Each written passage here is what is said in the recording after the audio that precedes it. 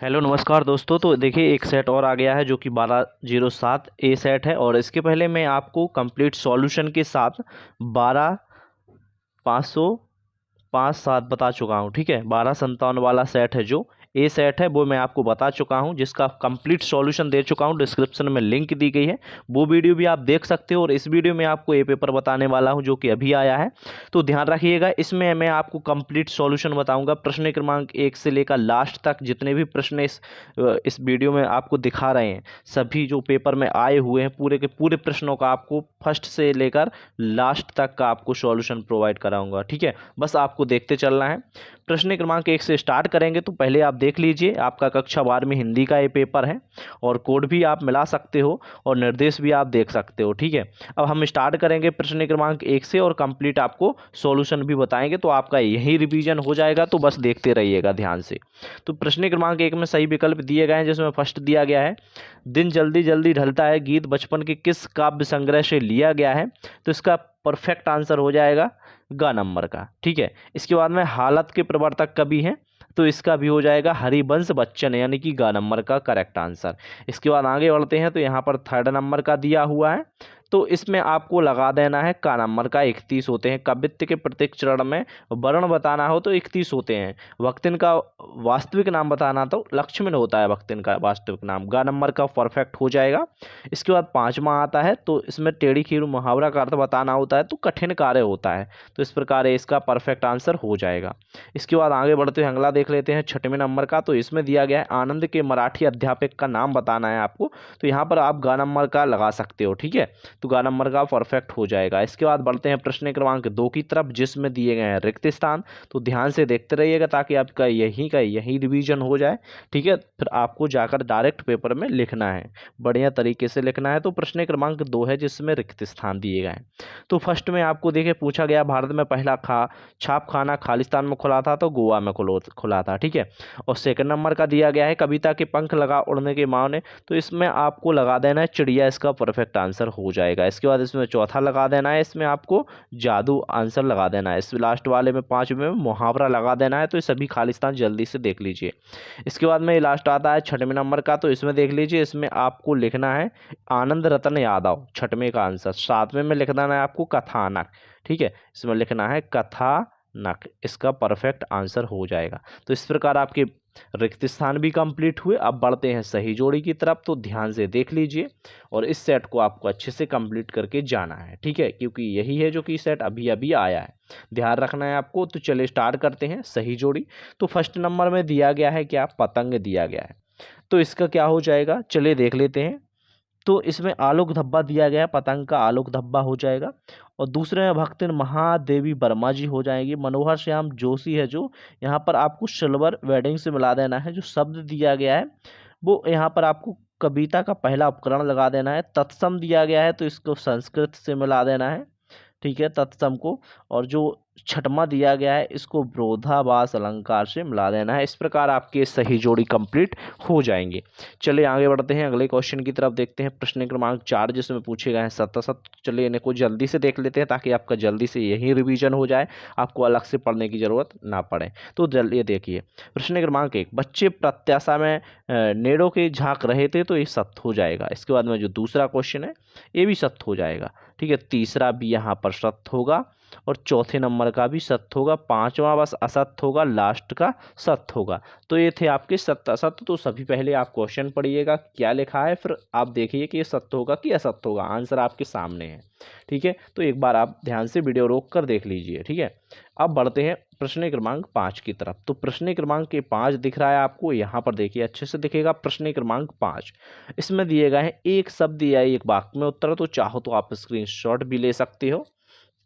तो यहाँ पर आपको एक शब्द एक वाक्य में आंसर बताना है। तो पहला क्वेश्चन आप देख लीजिए, बच्चे किसकी प्रतीक्षा में हो गए। दूसरे का आंसर बताते हैं। शांत रस का स्थायी भाव क्या होता है, निर्वेद होता है। शांत रस का स्थायी भाव निर्वेद होता है, तो आपको ध्यान रखना है इसका क्या होता है, निर्वेद होता है शांत रस का स्थायी भाव। ठीक है, अब अगला देख लीजिए, यहाँ पर दिया गया है, यहाँ पर चूरन बेचने का काम कौन करता था, तो भगत जी करते थे। तो यहाँ पर इसका आंसर आप भगत जी लगा सकते हो। इसके बाद में दुर्बल छंद में कितने चरण होते हैं, तो 4 चरण होते हैं। दुर्बल छंद में कितने, 4 चरण होते हैं।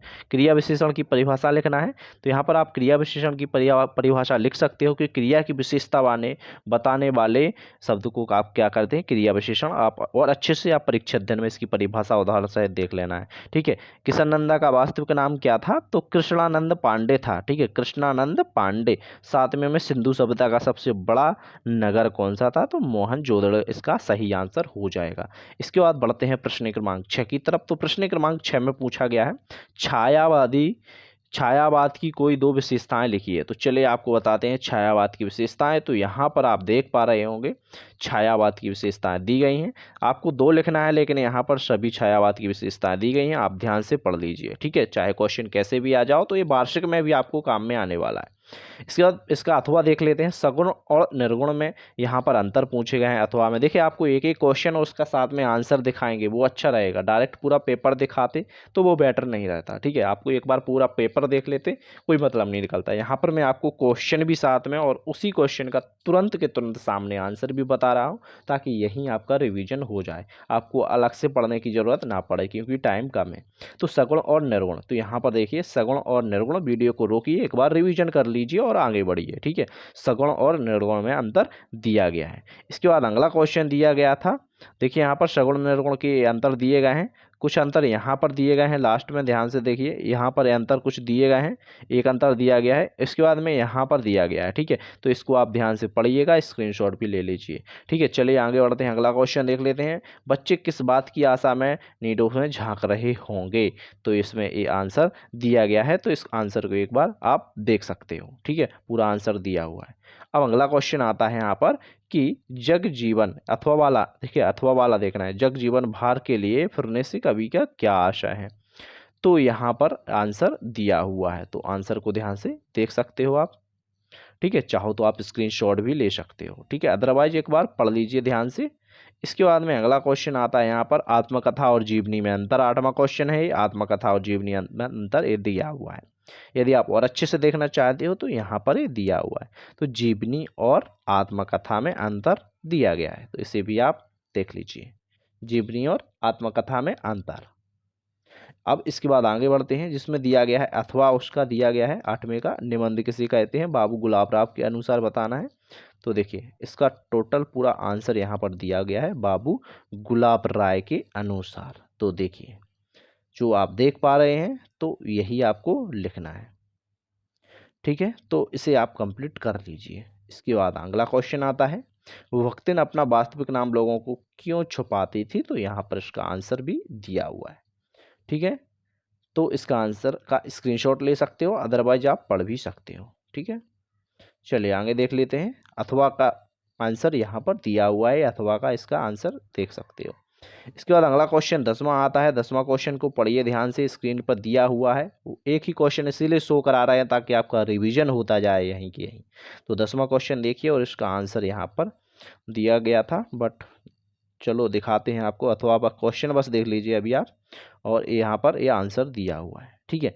और इसके बाद अगला क्वेश्चन आता है, तो इस क्वेश्चन का आंसर भी यहाँ पर दिया हुआ है। क्वेश्चन पढ़िए, आंसर भी दिया हुआ है साथ में, ठीक है। अगला क्वेश्चन आता है विरोधाभास अलंकार। विरोधाभास अलंकार दिया हुआ है, विथ उदाहरण के दिया हुआ है, तो अच्छे से पढ़िए, 2 अंक का क्वेश्चन है। विरोधाभास अलंकार उदाहरण सहित। इसके बाद में दिया गया है संदेह अलंकार। तो यहाँ पर देखिए संदेह अलंकार उदाहरण सहित दिया गया है। तो संदेह अलंकार की परिभाषा उदाहरण सहित अच्छे से पढ़कर लिखकर आना है, ठीक है। अब इसमें किस बात दिया गया है, मात्रिक वर्णिक छंद में अंतर। तो यहाँ पर ये दिया गया है मात्रिक और वर्णिक छंद में अंतर। तो देख लीजिए और स्क्रीनशॉट ले लीजिए और पढ़ लीजिए, आप वीडियो को रोक के थोड़ा सा रिवीजन कर लीजिए। अगला क्वेश्चन आता है, कवित छंद की परिभाषा उदाहरण सहित लिखना है। तो कवित छंद को देख लीजिए, उदाहरण सहित स्क्रीन पर दिख रहा होगा, तो इसे ध्यान से पढ़िएगा। इसके बाद आगे बढ़ते हैं, तो यहाँ पर 14वां दिया गया है। 14वां क्वेश्चन पढ़िए, लोकोक्तिया वाला, और एक आंसर दिया हुआ है। तो आंसर मुहावरे लोकोक्तिया में अंतर भी दिया हुआ है। अब यहाँ पर अगला क्वेश्चन उपसर्ग और प्रत्यय में अंतर लिखना है। इसके बाद में यहाँ पर देखिए, यहाँ पर कवि संसार को अपूर्ण क्यों मानता है, 15वां क्वेश्चन है। तो ये आंसर यहाँ पर सामने दिया हुआ है स्क्रीन पर, तो इसे जल्दी से देखिए, पढ़िए और स्क्रीनशॉट लीजिए। इसके बाद अगला क्वेश्चन आता है, यहाँ पर दिया हुआ है, देखिए स्नेह सुराखों से क्या आशय होता है, तो यहाँ पर इसका आंसर भी दिया हुआ है, तो इसे भी ध्यान से पढ़ लीजिए। इसके बाद आता है तत्सम। तत्सम शब्द किसे कहते हैं? तत्सम और तत्व दोनों दिए गए हैं, दोनों को ध्यान से पढ़ लीजिए और जो पेपर में आपके सेट में आता है उसको लिख लीजिए। और यहाँ पर होने के बाद यहाँ पर क्रिया विशेषण की परिभाषा बताना है, ठीक है। पद 16 का अथवा है तो क्रिया विशेषण की परिभाषा दी गई है। तो इस प्रकार देखिए आपको पूरा पेपर बता दिया है। लास्ट के कुछ क्वेश्चन है जिसमें निबंध पूछा गया है, तो उसमें आप विज्ञान के चमत्कार कीजिए। और जो एप्लीकेशन है, मैंने लास्ट वाले जो अभी सेट बताया था इसके पहले 1257 वाला, उसमें भी मैंने बताया, तो उनको देख लीजिए, वही सेम है, ठीक है। लास्ट का पोर्शन सेम है, जो निबंध एप्लीकेशन है वो सेम है, और गद्यांश भी सेम दिए गए हैं। तो उन दोनों को आप, डिस्क्रिप्शन में वीडियो दिया गया है, जाइए जल्दी से क्लिक कीजिए और उस वीडियो को जल्दी से, यदि आपने अभी तक नहीं देखा तो उस सेट को भी देख लीजिए। यदि आप इन दोनों सेट को कर लेते हो तो 100% आपके पूरे के पूरे क्वेश्चन आ जाएंगे, चाहे कोई भी सेट आए। तो वीडियो को ज़्यादा से ज़्यादा शेयर करें ताकि मैं जल्दी से जल्दी PDF अपलोड कर दूँ टेलीग्राम पर। Thank you.